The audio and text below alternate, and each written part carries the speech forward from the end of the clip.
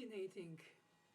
Romantic, Baroque, classical, modern, Renaissance, medieval. In all the classical music time periods, classical in the sense of not entertainment, though they did have light and heavy music, dance and ritual music, and as well as reflective music, voice-led polyphony, idealized society of equals, as well as the possibility to elevate one's spirit through music like a fugue, that is pure music and not only an imitation of a dance or a song, but why not altogether? They were reflecting the cultures of the civilization as well as the styles evolving or rejecting or modern, incessantly older, as soon as modern. The thinking, the way of sharing, teaching music was a way of applying music for the necessity and the capacity of rich people to afford having it, since besides live music there was none. But if I focus more specifically on what I find fascinating is throughout all this, the usage, evolution, and experiment about the emotional intensity of the minor mode, in plural, the minor modes. Of course, the major mode is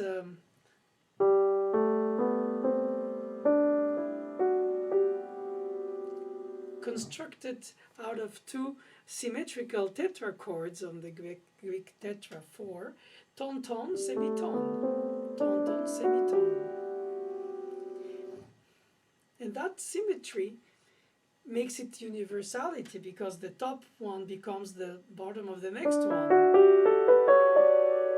and forward, adding a sharp by the leading tone on the way up, or the way down with a flat.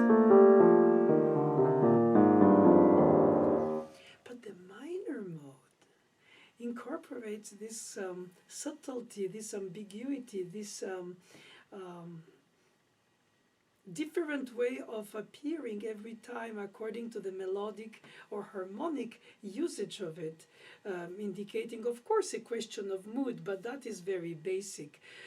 While it is, you have the bottom tetrachord in minor, that is ton, semitone, ton, that incorporates the minor third, determining the minor versus the major.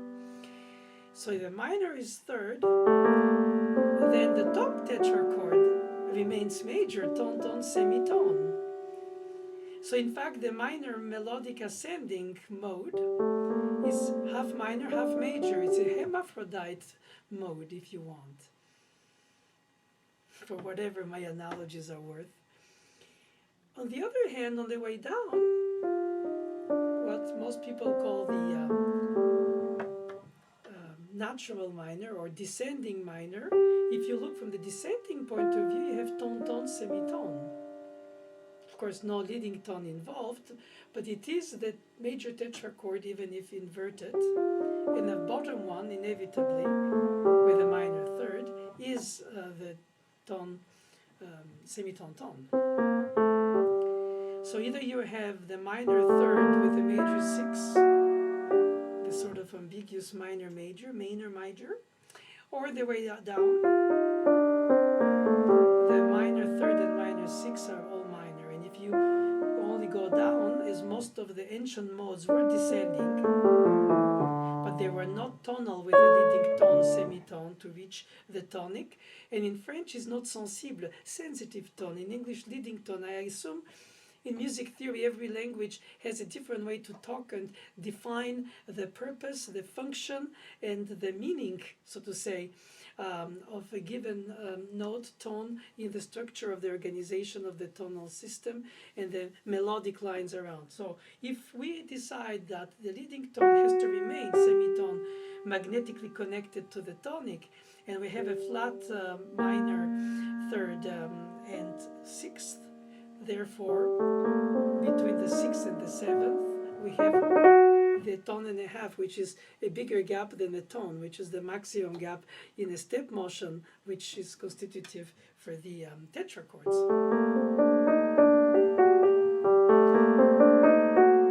And because they didn't use melodically the leap from flat 6 to sharp 7, but rather as an appoggiatura, accacciatura pour de voix from under the real note, or appoggiatura leaning down from the 6th degree to the dominant 5th degree, but not in a harmonic sense. Yes, that's why we call it melodic for the ascending descending, or harmonic for the scale specifically, on both ways, up and down. So if you take these three options of modes for the, let's say, expressive manipulation of the affections, the emotions, the expectations, the anguishes, the delays with suspensions, or on the way down, or retardation on the way up, the appoggiaturas literally leaning on the real note, creating a replayed dissonance instead of the tied, suspended suspension dissonance. In French, retard, delay. In English, suspension. But appoggiatura, cacciatura, these combined give us the capacity to hear the music of the minor mode as a very subtle, complex, multi-formal expression, not just a major mode, but minor modes. And for instance, like in one of the Bach Goldberg variations,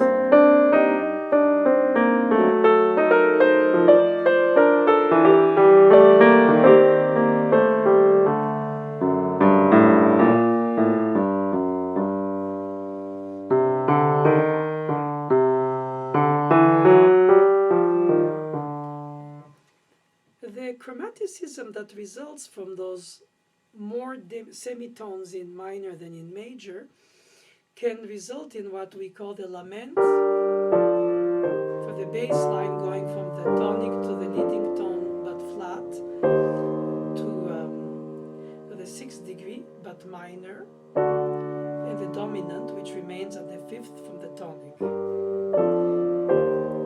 And then incorporating the semitones,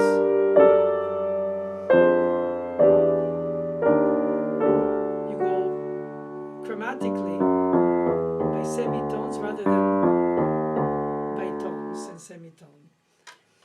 And this lament repetitively becomes a chaconne or a passacaglia, whatever the roots of it. Passacaglia across the street for the processions, probably the processions in South Spain or in Italy, and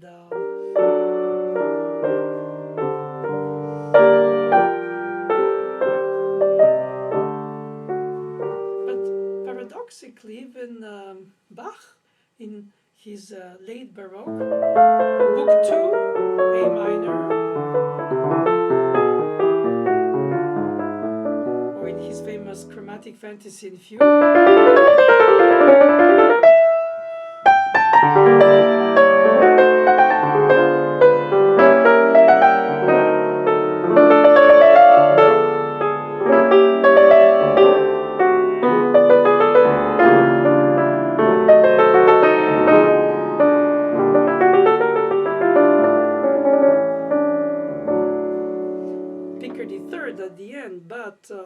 it minor. So the chromaticism that results from this complexity of ambiguity or of duality or of superimposition with dissonances of the leading tone with flat 7 and 7, like in Thomas Tallis, until the part harmony decided to avoid this collision by doing a unison on the dominant between the tenor and the bass in a 4-part SATB writing. So it's a way to, inevitably, with time, humans try to carve the edges. But if the harmonic scale, it's the synthesis of the two ascending and descending minor, the chromaticism that results is usually composed often by composers in compositions in minor keys, associating the sorrow, the lament, the expression of decay, of dropping, of mourning, with the chromaticism is Chopin in his mazurka in the coda.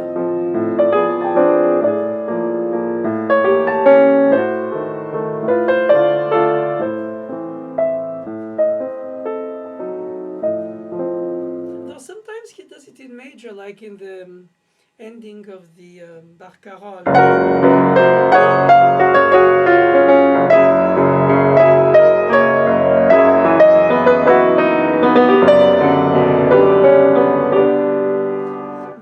For one of these, all the others, or most of the other examples, are in minor. What is fascinating is that it allows for this descend, ascend. And Bach himself is absolutely not feeling locked to the direction of the mode descending, ascending, as he uses it for coloristic purposes, for emotional purposes, to give this hope of the major 6 with this, let's say, decay of the minor 3rd. And sometimes he goes down with the ascending, and not always.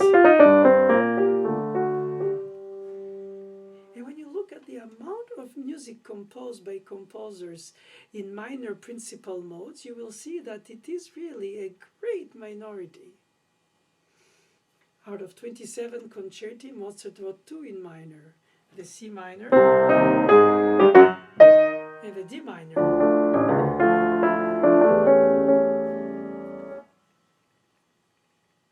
Well, you could say perhaps that's just serendipity. I don't think so. Same thing with Beethoven 9 symphonies. D minor 9, C minor 5th.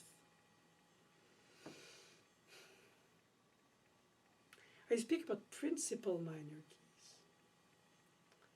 In sonata forms, when the 2nd theme is relative major, like in the B-flat minor Chopin funeral movement sonata, you have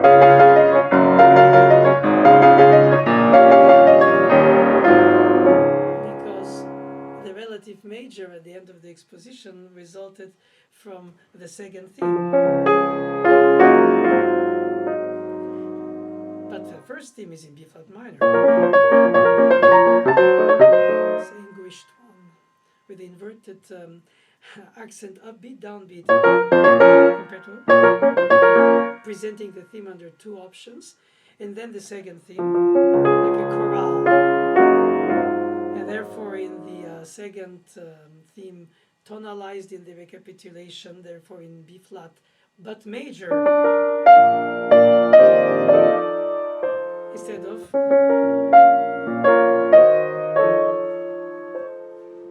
Schumann in F-sharp minor sonata.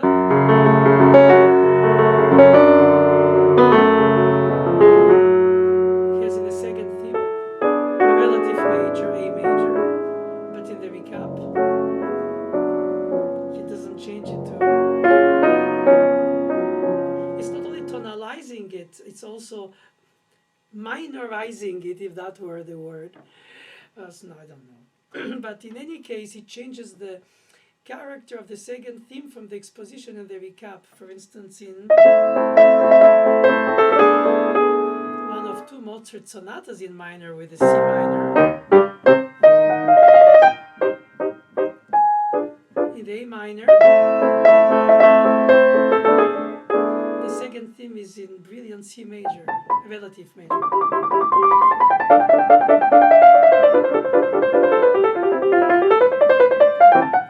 But when he presents it in the recapitulation, it's tonalized in A minor.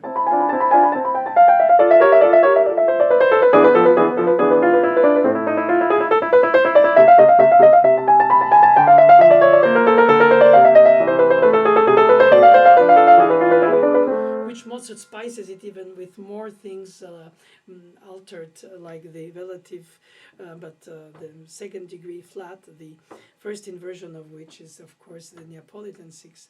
So the chromatics, the chromaticism becomes really the language of the minor. When Chopin finishes in major, the first movement of the B-flat minor sonata, he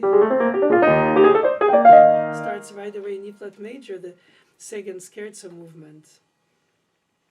Of course, it could have been in the relative major of D-flat major. He finished in B-flat minor.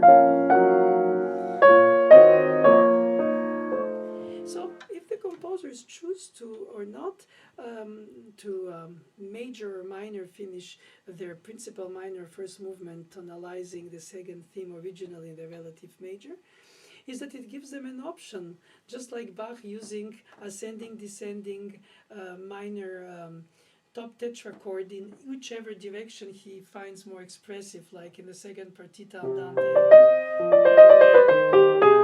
Obviously, that's the harmonic minor with the augmented second.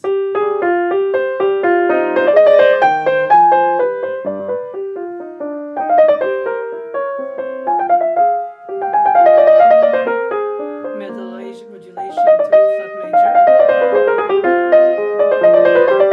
Well, it wasn't really a modulation, he went to the third degree. He also uses the Neapolitan 6.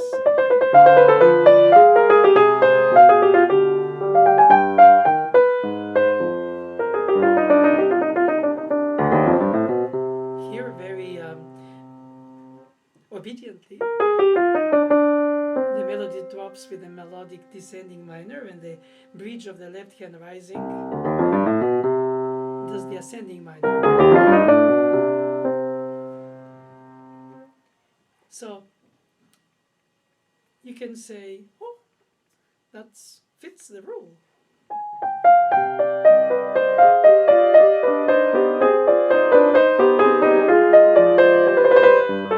As soon as you start after the introduction, Sinfonia, Andante, and Allegro, which is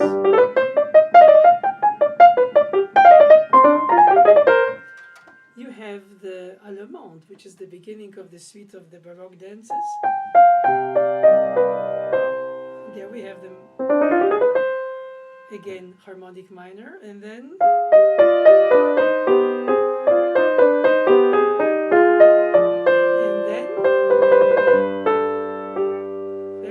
descending direction of the ascending, sharp 6, sharp 7, leading tone tonic.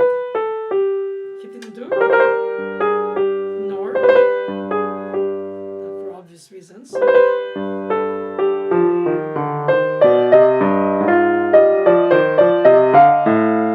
Ascending minor in the left hand.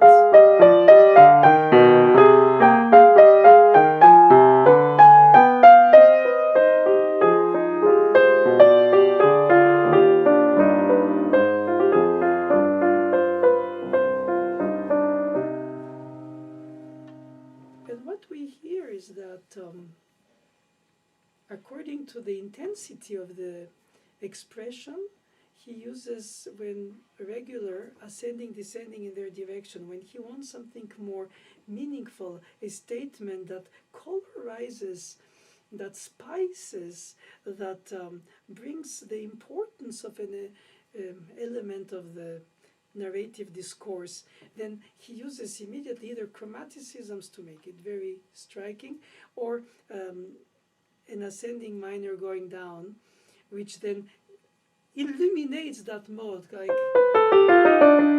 compared to. Of course, it would have been in major.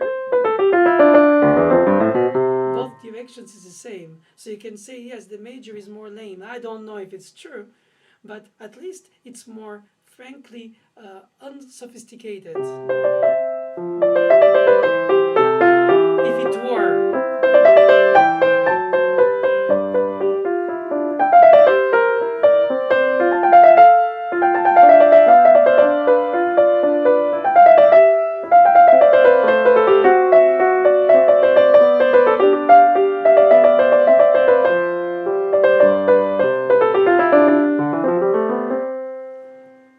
And in major and minor, when we go into the classics of the Viennese school of the early 19th century,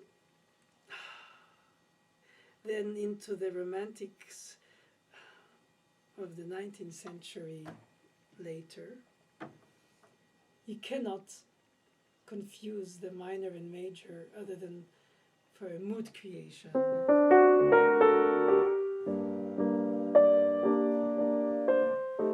Nostalgia, the drama, whatever it is, of course, as Mademoiselle Boulanger would say, it's only what music itself is, ultimately. But we connect some human feelings like an analogy to it.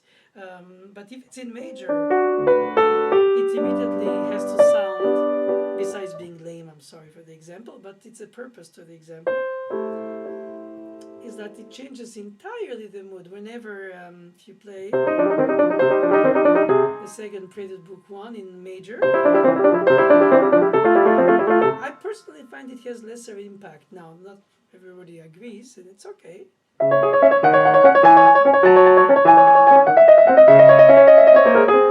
If it were.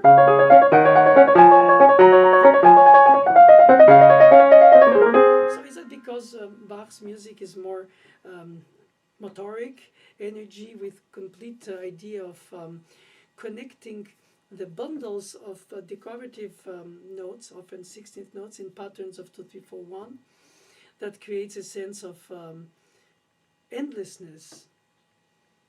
Could be that sort of a perpetual motion. But if you hear the G major Book 2 in minor,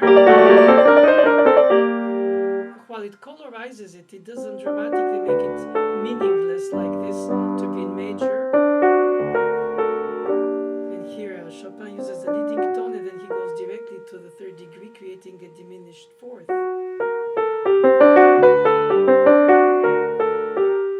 And the delay of the resolution of the leading tone, which he already starts here, right? With the delay of the resolution of the appoggiatura to the dominant. And this explicit chromaticism happens only after the end of the exposition.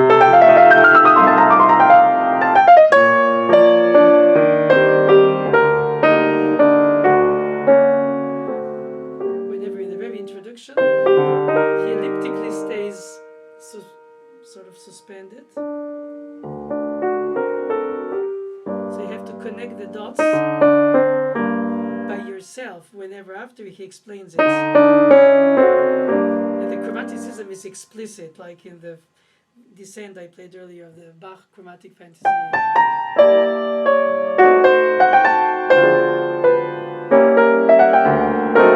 With this succession of chromatic dropping diminished sevenths, which are two intertwined tritones, three of which, for the 12 tones, then connect to the next group of the same. And need a resolution, as all tritones do, open, close, and then you have another series of them.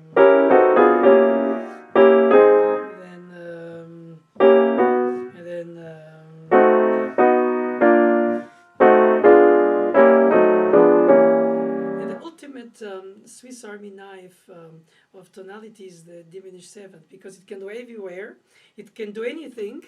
It can do the natural dominant or rise 4, 6 in this case, or if it's 4.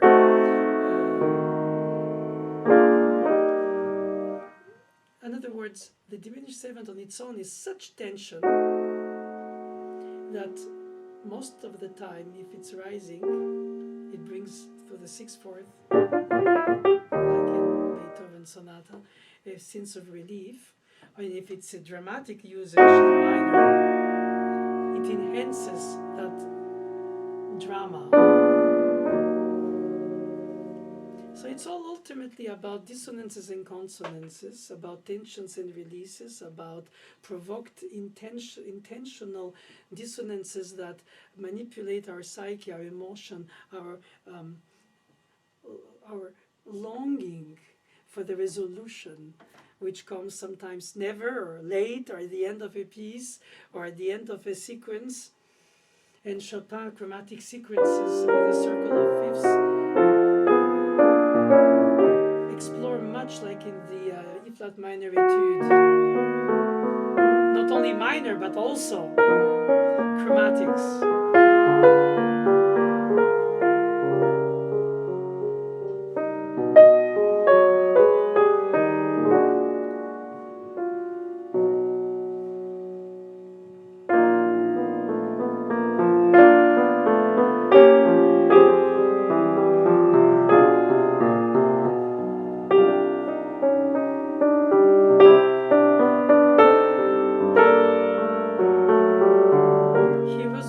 Chopin was really a Bachian in the chromatic sense of the word, and the sequence style, genre, transition. Bach, in the end of his chorale for organ, O Mensch beweint deine Sünde groß,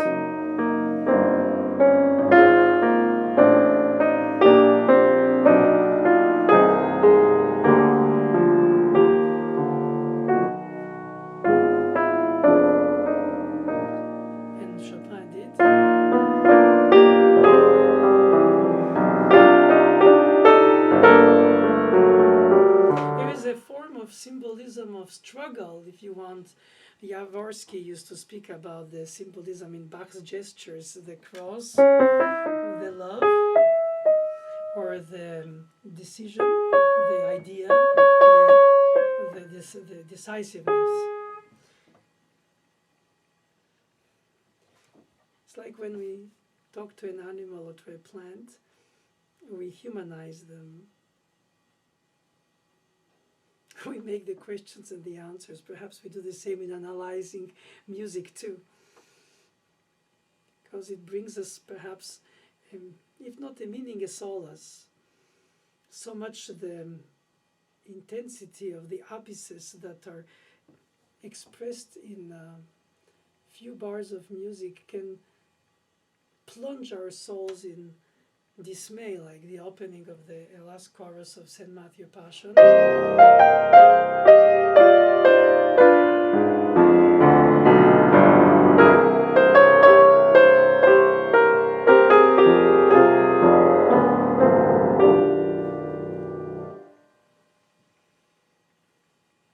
Beyond minors and chromaticisms, I think it's silencisms that impose itself. So much it's intense. 13th Nocturne by Fauré.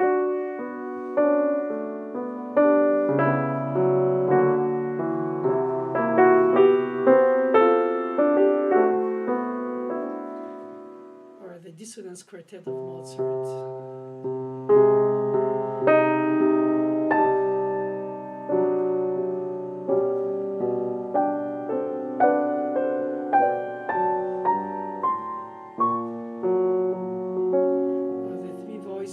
In F minor by Bach.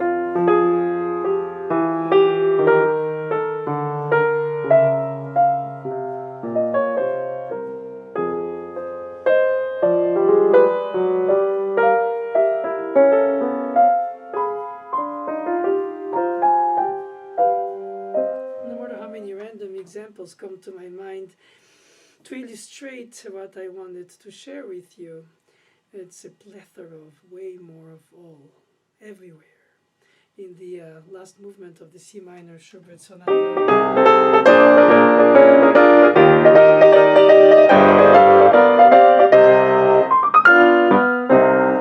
The sequences, the modulations, or if not, the visitations of secondary dominants, and the inharmonics, like in Chopin or Schubert.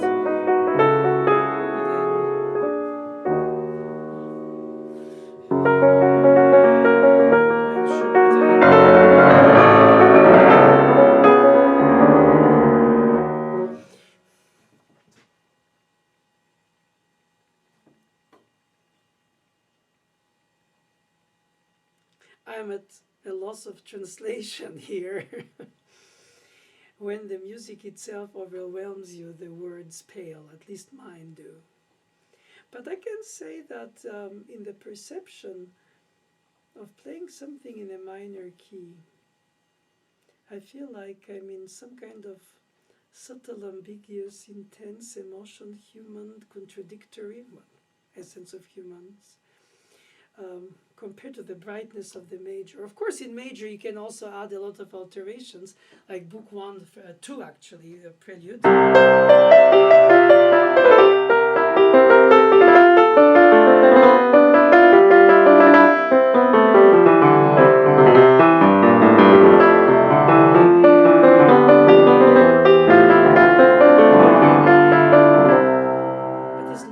Anyway, for me at least, and probably for you too when you hear it. But if it were in minor,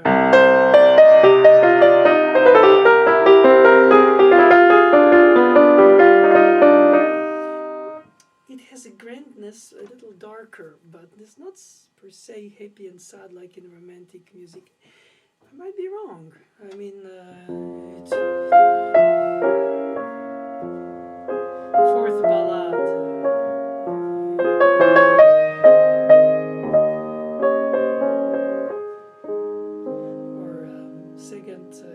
Opus 118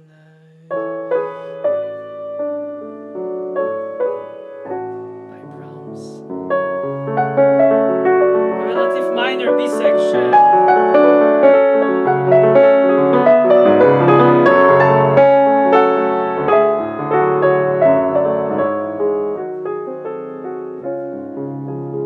And then the luminous F major. I was going to play the B section of the second, but I meant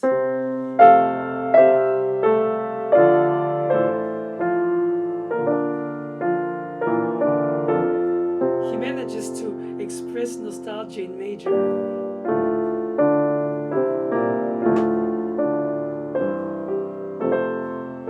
And the middle section in D major.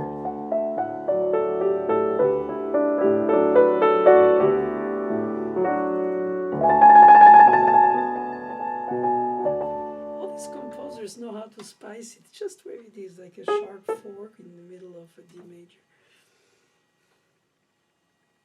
Where and when and how. It's all proportions and placements. And they provoke, or they invoke, or they project, or they bring solace.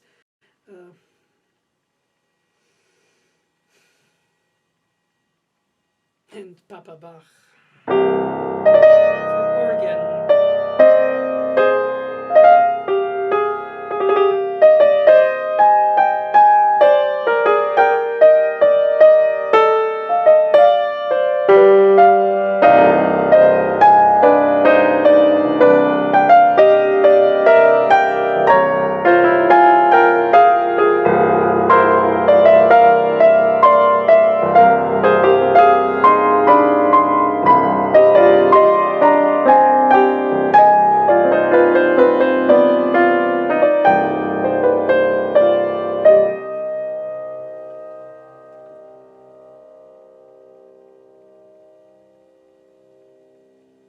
And you hear the Schubert Fantasy in F minor for 4 hands.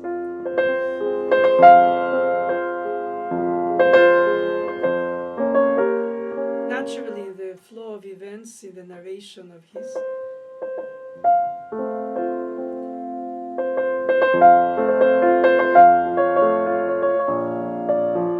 it becomes charming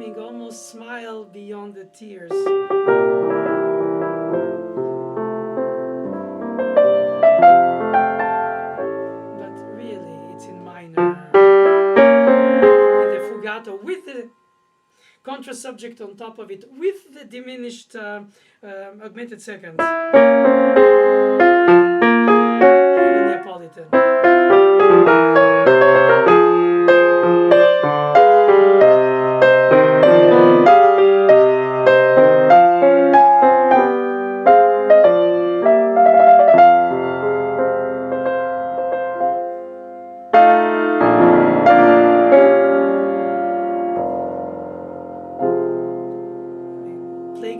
Without the leading tone is the ultimate expression of this amen moment. You accept and you enter in unison with the music itself, the expression.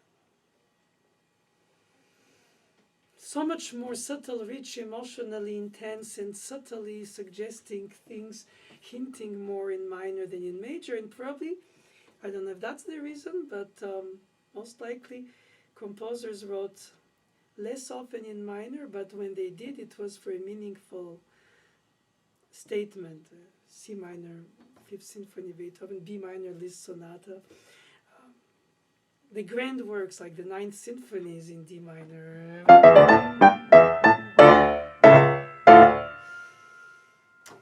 Or the concerto.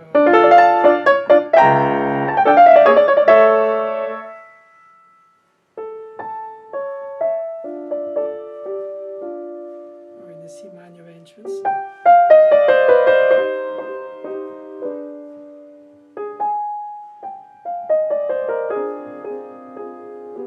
Or in the luminous A major, the Fa sharp minor slow movement, the Siciliana.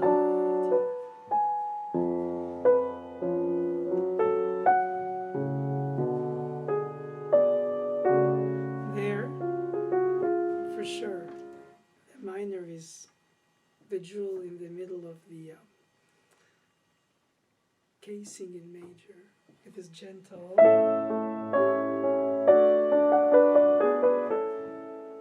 Or the jubilant.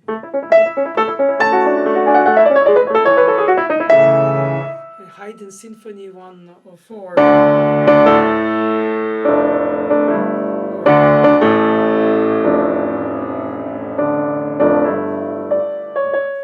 Beethoven in his 7th sonata would take so beautifully.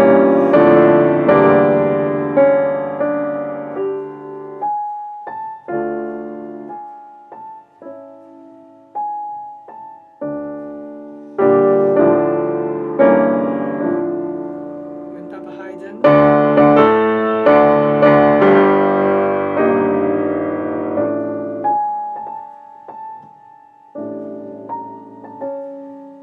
Mozart's Lacrimosa, the last thing he composed in the Requiem, which he couldn't finish.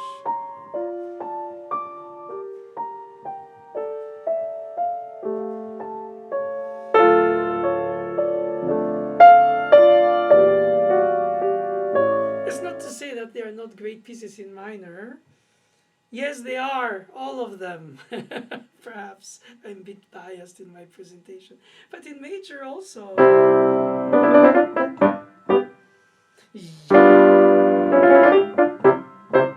They're more formal, but still. The slow movement of Mozart G major concerto is so luminous.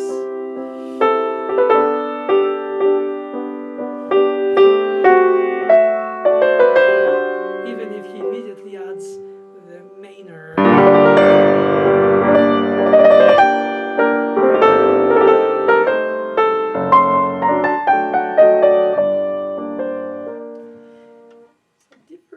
Degrees, the minor is the emotion, the intensity of the human experience, hope or decay.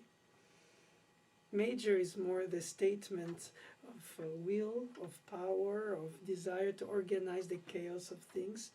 Is the luminous key that has no ambiguity since it's constructed symmetrically. But I like the ambiguity of the minor because it gives so much richer texture to all things expressed in its various modes, with or without extra chromaticisms.